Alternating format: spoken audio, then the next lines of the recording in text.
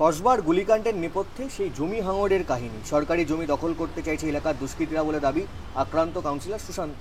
অন্যদিকে সুশান্ত ও তার ঘনিষ্ঠের বিরুদ্ধে জমি আটকে রাখার অভিযোগ। কসবা কাণ্ডে মূল অভিযুক্ত গুলজার ওরফে আফরোজা। দেখুন, ওরা যা বলছে তার সঙ্গে বাস্তবতার কোনো সম্পর্ক নেই। আমি দেখছিলাম এই যাকে ধরা হয়েছে সে বলছিল নাকি 2000 স্কোয়ার ফিট তার জমি আটকে রাখা হয়েছে। 2000 স্কোয়ার ফিট জমির জন্য কেউ কাউকে খুন করতে যায় না। তার জন্য অনেক কিছু হতে পারে, কিন্তু কোনো মানুষ খুন করতে যায় না কেউ 2000 স্কোয়ার ফিটের জন্য। আর ওই 108 নম্বরের ওই গোটা এলাকার খবর যারা জানেন তারা জানেন, ওখানে জাভেদ খানের উদ্যোগে, প্রথম জাভেদ খানের নেতৃত্বে ওখানে গুলশান কলোনি বলে একটা এলাকাকে তৈরি করা হয়েছে। সেখানে কিছু মানুষ অবশ্যই তারা ওখানে স্বাভাবিক কারণেই বসবাস করতে গেছেন, স্বাভাবিক নিয়মে। তার বাইরে একটা বিল্ডিং নেই যেগুলো লিগাল, সমস্ত ইললিগাল বিল্ডিং।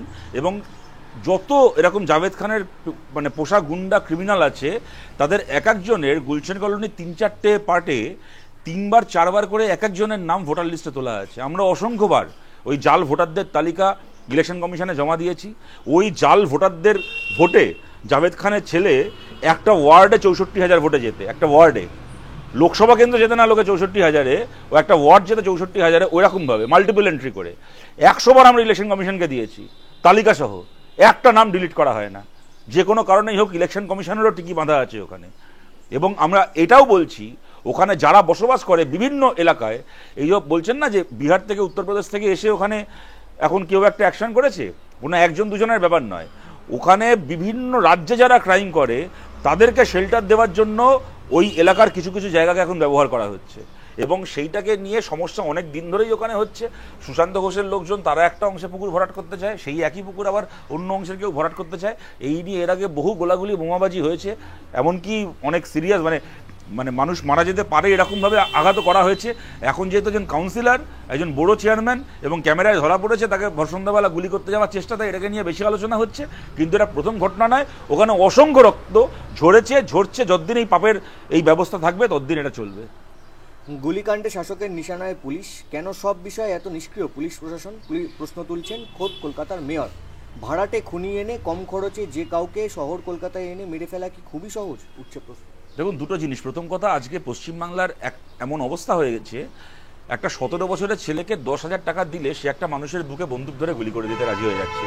যাকে সে চেনে না, শোনে না, জানে না, তাকে মেরে ফেলছে 10,000 টাকার জন্য, একটা 17 বছরের বাচ্চা ছেলে। এই গেল এক। আর দ্বিতীয় কথা, আমি কালকে ববি হাকিমের জ্ঞানের বাণী শুনছিলাম, শুনে তো আমি চিনতে পারছিলাম না যেটা ববি হাকিমই বলছে নাকি এটা মোহাম্মদ সেলিমের প্রেস কনফারেন্স, এটা শুভেন্দু অধিকারীর প্রেস কনফারেন্স, এটা অধীর চৌধুরীর প্রেস কনফারেন্স। উনি তো বসে একজন বিরোধী নেতার মতো করে পুলিশের বিরুদ্ধে বলছেন, যে কথাগুলো একদিন ধরে আমরা বলতাম। তা আমরা ববি হাকিমকে বলছি, এত জ্ঞান না দিয়ে আপনারা একটু সাহায্য করুন না পুলিশকে। আপনাদের লোকই যখন গুলি চালাবে এবং গুলি খাবে, আপনারাই বলে দিন যে আজকে অমুক তারিখে আমরা ঠিক করেছি জাভেদ খানের গুন্ডা গিয়ে সুশান্ত ঘোষকে মারবে, সুশান্ত ঘোষের গুন্ডা গিয়ে লিপিকা মান্নার বাড়িতে চড়াও হবে। আপনারা জানিয়ে দিন পুলিশকে আগে থেকে। আপনারা জানিয়ে দিন যে আমরা তৃণমূল সিদ্ধান্ত নিয়েছি বকটুইতে আজকে রাত্রিবেলা, মাঝরাত্রির বেলা আমরা গিয়ে একটা গোটা পরিবারকে 9 বছরের বাচ্চা সহ আমরা বকটুইতে পুড়িয়ে মেরে ফেলবো। রামপুরহাটের পুলিশ আগে থেকে ওখানে গিয়ে দাঁড়িয়ে থাকবে। আপনি ববি হাকিম, আপনি আগে থেকে পুলিশকে জানিয়ে দিন যে আমি সিদ্ধান্ত নিয়েছি আজকে দুপুরবেলা আমার বাড়িতে আমি স্যান্ডো গেঞ্জি পরে নারদার মালিকের কাছ থেকে ঘুষ খাবো। পুলিশ গিয়ে ওখানে দাঁড়িয়ে হাততালি দেবে, আপনি স্যান্ডো গেঞ্জি পরে নারদার কাছ থেকে ঘুষ খাবেন। তো সব চুরি ডাকাতি যখন আপনারাই করছেন, আপনারাই পুলিশকে সাহায্য করুন তাদের ইন্টেলিজেন্স ইনপুট দিয়ে। 2026 বিধানসভা ভোটের আগে বিরোধীদের চ্যালেঞ্জ ছুড়ে দিয়েছেন কল্যাণ বন্দ্যোপাধ্যায়। 26-এর ভোটে 30টি আসনও পাবে না কোনো রাজনৈতিক দল, থাকবে না কোনো বিরোধী দলনেতা। 6 বিধানসভা আসনে উপনির্বাচনে বিরোধীরা শূন্য পাবে। ডানকুনি জনসভা থেকে হুঙ্কার ছেড়েছেন তৃণমূল সাংসদ। না, তা যদি হয় তাহলে কি কল্যাণ বন্দ্যোপাধ্যায় আরো ভালো করে চুরি করতে সুবিধা হবে, আরো ভালো করে খুন করতে, ধর্ষণ করতে সুবিধা হবে? চুরির প্রমাণ লোপাট করার জন্য একটি মেয়েকে ধর্ষণ করে খুন করে ফেলতে কল্যাণ ম্যানেজমেন্ট কোম্পানির সুবিধা হবে যদি সত্যি বিরোধী শূন্য পশ্চিমবাংলা বিধানসভা তৈরি হয়। মোদি ওখানে চেয়েছিলেন বিরোধী শূন্য ভারতের পার্লামেন্ট হোক, এখানে কল্যাণ ব্যানার্জি চাইছে। এই কল্যাণ ব্যানার্জি আবার বিরাট মোদি বিরোধী বক্তা, ইনি আবার পার্লামেন্টে গিয়ে বিজেপির বিরোধী শূন্য রাজনীতির বিরুদ্ধে বিরাট বাতেলা মারেন। ইনি আবার নিজের রাজ্যে বিরোধী শূন্য পশ্চিমবঙ্গ বিধানসভা চান। সুতরাং এর থেকে বোঝা যায় এদেরকে বাইরে থেকে, এর গায়ের চামড়াটা আলাদা। ব্লাড টেস্ট করলে দেখা যাবে তৃণমূল আর বিজেপি শরীরের রক্ত এক, RSS এর রক্ত। এরা বিরোধী শূন্য আইনসভা চায়। কিন্তু এটা আমাদের কাছে একটা চ্যালেঞ্জ, যেদের যাবতীয় এই আঘাত আক্রমণকে অতিক্রম করে বাংলায় শক্তিশালী বিরোধী পক্ষ নয়, একটা সৎ সরকার পক্ষ তৈরি করার জন্য আমরা লড়াই করছি। কসবা কাণ্ডে সিপিএম ও বিজেপির হাত রয়েছে বলে অভিযোগ করেছেন কল্যাণ ব্যানার্জি। যে লোকটাকে গুলি করতে যাওয়া হলো সেই সুশান্ত ঘোষ পরিষ্কার বলে দিচ্ছে যে এই ঘটনার সঙ্গে কোনো বিরোধী দলের কোনো রাজনীতির সম্পর্ক নেই। আর হয় না যে মায়ের চেয়ে মাসির দরদ বেশি, সেরকম ভিকটিমের থেকে ভিকটিমের মেসোর দরদ বেশি। এখানে ওর মেসো কল্যাণ ব্যানার্জি এখন বলছে এর পেছনে নাকি সিপিএম আছে, এর পেছনে নাকি বিজেপি আছে। আমি জানি না কল্যাণ ব্যানার্জি এটা কোন মানসিক অবস্থায় বলেছেন এটা, যে মানসিক অবস্থায় উনি বোতল ভেঙে ফেলেন পার্লামেন্টের মিটিংয়ে গিয়ে, সেই রকমই কোনো বোতল ভাঙা কন্ডিশনে এই কথাটা বলেছেন কিনা। আমার ধারণা বোতলের এই প্রভাবটা কেটে গেলেই উনি আবার বাস্তবের সামনে দাঁড়াবেন এবং সত্যি কথা বলবেন। শহরে ফের আক্রান্ত পুলিশ, মালঞ্চের সামনে গন্ডগোল থামাতে গিয়ে আক্রান্ত ট্রাফিক পুলিশের এক ইন্সপেক্টর, অমিত সাউ তার নাম। পুলিশের প্রতি এত অসহিষ্ণুতা কেন সাধারণ মানুষের? দেখুন, আমাদের রাজ্যে একটার পর একটা ঘটনায় পুলিশের যে ভূমিকা রাজ্যের মানুষ দেখেছে, তাতে পুলিশকে রাজ্যের মানুষের পুলিশের প্রতি কোনো শ্রদ্ধা তো ছেড়েই দিন, কোনো সিম্প্যাথিও আর নেই। এই গেল এক, যার জন্য দায়ী পুলিশই। তার মানে এই নয় যে আমরা কোনো পুলিশের ওপর আক্রমণকে আমরা সমর্থন করবো বা তাই দেখে আমরা খুশি হব, কিন্তু ঘটনাটা হচ্ছে পুলিশ নিজেকে এতটা নুজ্জ করে দিয়েছে এবং মানুষের কাছে এতটা ঘৃণার পাত্র করে দিয়েছে। মানুষ যদি আজকে দেখে যে একটি মেয়েকে ধর্ষণ করে খুন করা হচ্ছে আর পুলিশ সেই ধর্ষণের প্রমাণ লোপাট করছে, করে গ্রেপ্তার হয়ে জেল ছাড়ছে, তাহলে সেই সাধারণ মানুষের চোখে পুলিশের আর কি দাম থেকে যাবে।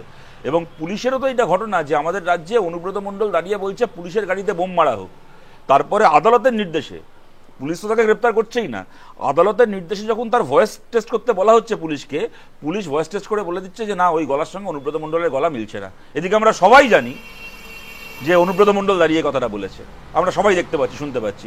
তা পুলিশ যদি এখন নিজেদেরকে এরকম অবস্থায় এনে ফেলে, তাহলে যা হওয়ার তাই হচ্ছে। মুখ্যমন্ত্রী মমতা বন্দ্যোপাধ্যায়ের প্রশংসা করতে গিয়ে শওকত মোল্লা বললেন, স্বাধীনতার পরে আপনারা কখনো দেখেছেন আমাদের ঘরের ছেলেরা সিভিক পুলিশ হয়েছে, ভিলেজ পুলিশ হয়েছে, কোনো পরীক্ষা না দিয়ে? আজ তারা চাকরি পেয়েছে।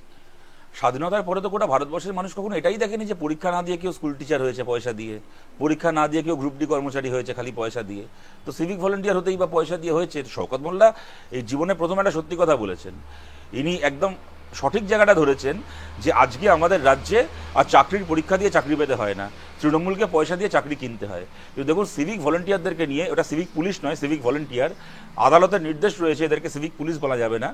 এবং সিভিক ভলেন্টিয়ারদেরকে নিয়ে তৃণমূলের যে রাজনীতি, তা হচ্ছে এদেরকে 13 বছর ধরে রেখে দিয়েছে চাকরিকে পার্মানেন্ট না করে।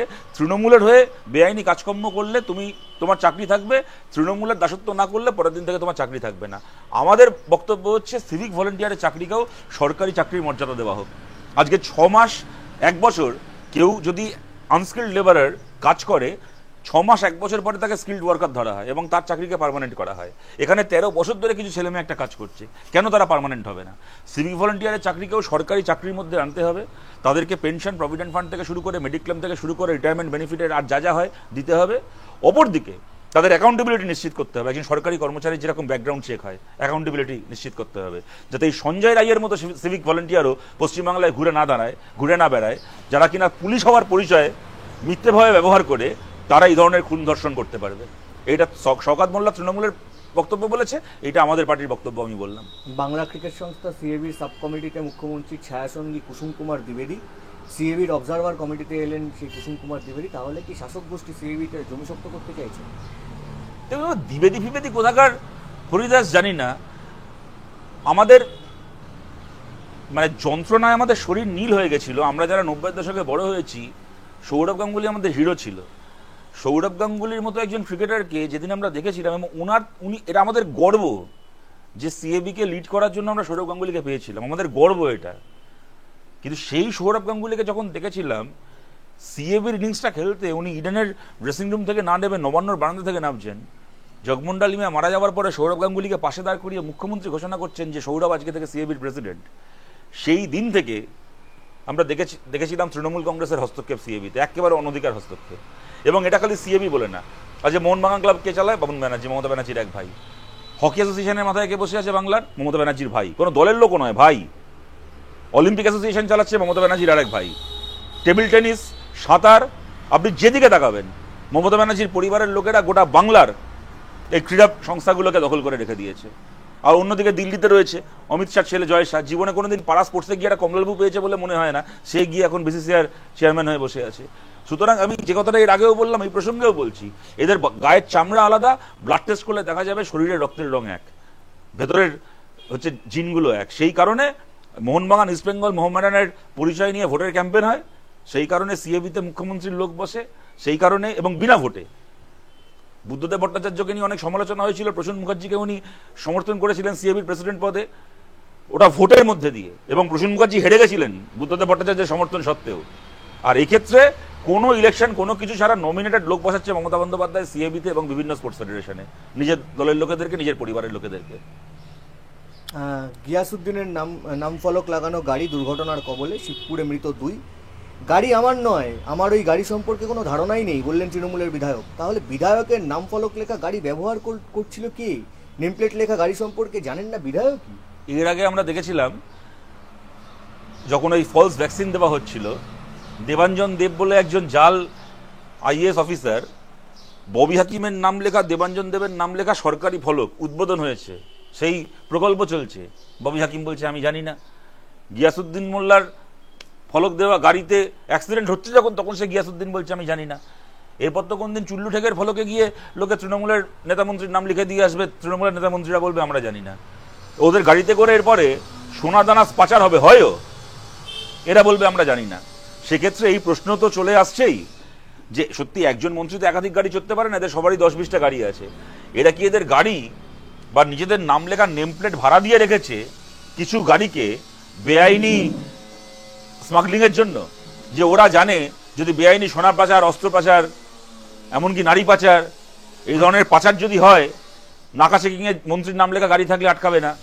সেই কারণে মন্ত্রীরাই কি একটা অংশের কাটমানি নিয়ে এই ধরনের স্মাগলিংয়ে নিজেদের গাড়ি ভাড়া খাটাচ্ছে? এখন তো এই প্রশ্নও চলে আসবে এবং এরাও তদন্ত করে বার করতে হবে। অস্ত্র উদ্ধার, গুলিতে খুনের চেষ্টা, সোনার দোকানে কোপ, পুলিশকে মার, কলকাতা কি ক্রমশ বিহার হয়ে উঠছে? দেখুন, কলকাতা বিহার হয়ে উঠছে বললে এখন বিহারের মানুষ দুঃখ পাবেন, বিহারের মানুষ রাগ করবেন। কেন, এই যে বিহারে কদিন পরে বিধানসভা ভোট, কদিন আগে ঝাড়খণ্ড, কয়েক বছর আগে অব্দি বিহারের অংশ ছিল, মাওবাদী অধ্যুষিত একটা রাজ্য, গোটা রাজ্যের বিধানসভা ভোট হচ্ছে, একজন মানুষের গালে একটা চড় পড়লো না। আর পশ্চিমবাংলায় একটা 6টা বাই ইলেকশনে এত মানুষকে মার খেতে হয়, এত অশান্তির ঘটনা ঘটে। বিহার যে অতীতকে পেছনে ফেলে এসছে, বাংলা নতুন করে এখন সেই বিহারে ফেলে আসা অতীতে বাংলা এখন ঢুকছে। এখন কলকাতাকে বিহার বললে, আমার এটা বলতে খারাপ লাগছে, কিন্তু কলকাতাকে বিহার বললে এখন বিহারের মানুষ অপমানিত বোধ করবেন। বীরভূমে অনুব্রতর একনায়কতন্ত্র চলবে না, কার্যত বুঝিয়ে দিয়েছেন কাজল শেখরা। কোর কমিটির সদস্য হিসেবেই কাজ করবেন অনুব্রত, বুঝিয়ে দিল তৃণমূলের শীর্ষ নেতৃত্ব। বীরভূমে কি অনুব্রত জমানা শেষের পথে? বীরভূম তৃণমূলে আর শেষ কথা নন, তাহলে কেষ্ট? দেখুন, ওদের অনুব্রত থাকবে নাকি কোন অনুব্রত থাকবে তাতে আমাদের কি যায় আসে বলুন? একনায়কতন্ত্র অনুব্রত চলবে না, একনায়কতন্ত্র কাজল শেখরও চলবে না। বীরভূমটা কি ওদের বাবার জমিদারি নাকি যে ওখানে এর বদলে ওর একনায়কতন্ত্র চলবে? তৃণমূলের মিটিংয়ে বসে ঠিক হবে বীরভূম কিভাবে চলবে? বীরভূমের মানুষের কথা চলবে, বীরভূমের সাধারণ মানুষের বক্তব্য চলবে। সেখানে অনুব্রত মণ্ডলের নেতৃত্ব বিরোধী শূন্য বীরভূম করা যাবে না, কাজল শেখের নেতৃত্ব করা যাবে না। তার জন্য আমাদেরকে লড়াই করতে হবে। তার বাইরে ওদের মধ্যে ওই বেড়ালের পিঠে ভাগের মতো, বাঁদরের পিঠে ভাগের মতো কিভাবে পিঠে ভাগ হলো আমাদের দেখে কি হবে? মানুষের বীরভূম মানুষের কাছে ফেরত দিতে হবে। আচ্ছা, রামপুরহাটের থেকে খারাপ রেজাল্টের জন্য ডেপুটি স্পিকার আশিস বন্দ্যোপাধ্যায়কেই দোষারোপ করলেন শতাব্দী রায় সাংসদ। তাও ভালো, আশিস বন্দ্যোপাধ্যায় আফটার অল একজন বিধায়ক, একজন নির্বাচিত জনপ্রতিনিধি, তিনি একজন দলের নেতা। তার এলাকায় যদি ভোট কম হয়ে থাকে তার জন্য তৃণমূলের একজন দলীয় নেতাকে দোষারোপ করা হয়েছে। কেন, আমরা দেখেছিলাম তাহেরপুরে আমরা জিতলাম মিউনিসিপ্যালিটি, দুপুরবেলা ভোটের রেজাল্ট বেরোলো, বিকেলবেলা তাহেরপুর মিউনিসিপ্যালিটির ওই এলাকা তাহেরপুর থানার আইসি ট্রান্সফার হয়ে গেল। আইসির দোষ ছিল তৃণমূলকে জেতাতে না পারা, আইসি ট্রান্সফার হয়ে গেল। মমতা বন্দ্যোপাধ্যায় কদিন আগে দেখলাম পুজোর উদ্বোধনে গিয়ে বলে আসছেন যে এখানে এখানে আমাদের মার্জিন কম হয়েছে, ওখানে ওখানে আমাদের মার্জিন বেশি হতে হবে। পাড়ার ক্লাবের দায়িত্ব মমতা বন্দ্যোপাধ্যায়কে জেতানো। তো এই ক্ষেত্রে অন্ততপক্ষে ওই আইসি আর বিডিও এসডিওদের বদলে একজন দলের নেতাকে দায়ী করেছেন। ওদের দলের ভেতরে কি ইকুয়েশন চলছে আমি জানি না, কিন্তু এটাকে স্বাগত জানাচ্ছি। আচ্ছা, নদিয়ার একটা ঘটনা, সেটা হচ্ছে তৃণমূল নেতার হুমকিতে শেষ পর্যন্ত আত্মঘাতী হতে হলো একজন সিভিক ভলেন্টিয়ারকে। নদিয়ার উশিতপুর অঞ্চলের মাধব সর্দার নামের ওই সিভিক ভলেন্টিয়ারের স্ত্রী জানান, অভিযোগ করেছেন যে গ্রামের দোর্দণ্ড প্রতাপ তৃণমূল নেতা তথা প্রাক্তন প্রধানের লাগাতার হুমকির মধ্যে বিপর্যস্ত হয়ে পড়েছিলেন তার স্বামী। তারপরেই আজ ভোর নাগাদ এই চরম সিদ্ধান্ত নিয়েছেন সিভিক। রাজ্যের এই যে পরিস্থিতি, এই বিষয়ে দেখুন, এইটাই বলছিলাম একটু আগে, তৃণমূলের দাসত্ব করুন, সিভিক ভলেন্টিয়ারের চাকরি নিয়েও কোনো অসুবিধা নেই এবং চাকরির 3 গুণ উপরি পাওনা নিয়েও কোনো অসুবিধা নেই। কোনো একটা জায়গাতে হয়তো এই সিভিক ভলেন্টিয়ার যিনি যুবক আছেন তিনি হয়তো কোনো একটা জায়গাতে তৃণমূলের নেতার ফরমান মানতে রাজি হয়নি, তার মৃত্যু হলো, এমন হুমকির সামনে পড়তে হলো।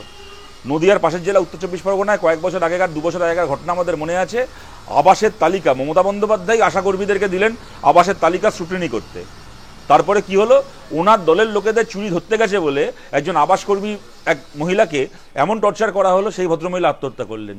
হুগলিতে বলাগড়ে একজন আত্মহত্যা করতে গেছিলেন, আপনাদের সে ঘটনা মনে রয়েছে। সুতরাং এইটাই আমাদের বলার, যে এই অস্থায়ী কর্মচারীদেরকে সরকারের বিভিন্ন ক্ষেত্রে অস্থায়ী ঠিকা কর্মচারীদেরকে তৃণমূল কংগ্রেসের ভাড়াটে বাহিনী হিসেবে কাজ করতে বাধ্য করা হচ্ছে।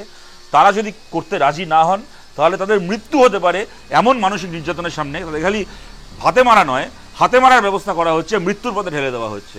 পশ্চিমবাংলার সমস্ত ঠিকা কর্মচারী, তিনি সিভিক ভলেন্টিয়ার হন কি আশা থেকে শুরু করে যত অসংগঠিত ক্ষেত্রের মানে পার্মানেন্ট নন কন্ট্রাকচুয়াল কর্মচারী আছেন, সবাইকে বলছি দাসত্ব থেকে মুক্ত হতে হবে।